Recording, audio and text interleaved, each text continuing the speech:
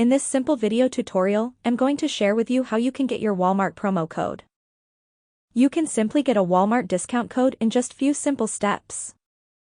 To do this, simply open up any browser of your own choice. If you're using an iPhone, open up your Safari. On the search bar type in Walmart promo code 2023.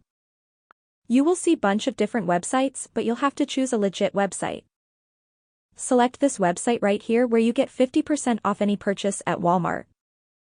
Select any coupon code of your own choice. As you can see, our code is generated successfully and copied to clipboard.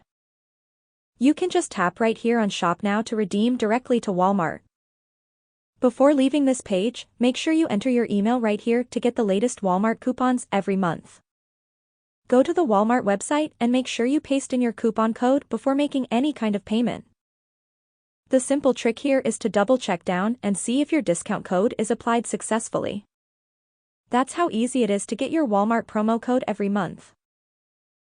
If you have any questions, just let me know in the comments section down below. Please don't forget to leave a like, share and subscribe for more video tutorials like this one.